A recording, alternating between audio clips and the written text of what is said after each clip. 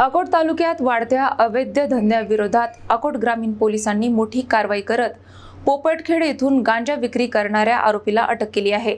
आरोपीच्या घरातून मोठ्या प्रमाणात अंमली पदार्थ जप्त करण्यात आले असून या कारवाईमुळे परिसरात खळबळ उडाली आहे। अकोट तालुक्यात अवैध धंद्याचे प्रमाण वाढत असताना अकोट ग्रामीण पोलिसांनी धडक कारवाई करत पोपटखेड येथे गांजा विक्री करणाऱ्या आरोपीला रंगेहात पकडले आहे। अकोट ग्रामीण पोलीस स्टेशनचे ठाणेदार किशोर जुनघरे यांना गुप्त बातमीदारामार्फत माहिती मिळाली होती की पोपटखेड येथील नरसिंग शंकरलाल सालफेकर हा स्वतःच्या घरातून गांजाची किरकोळ विक्री करत आहे।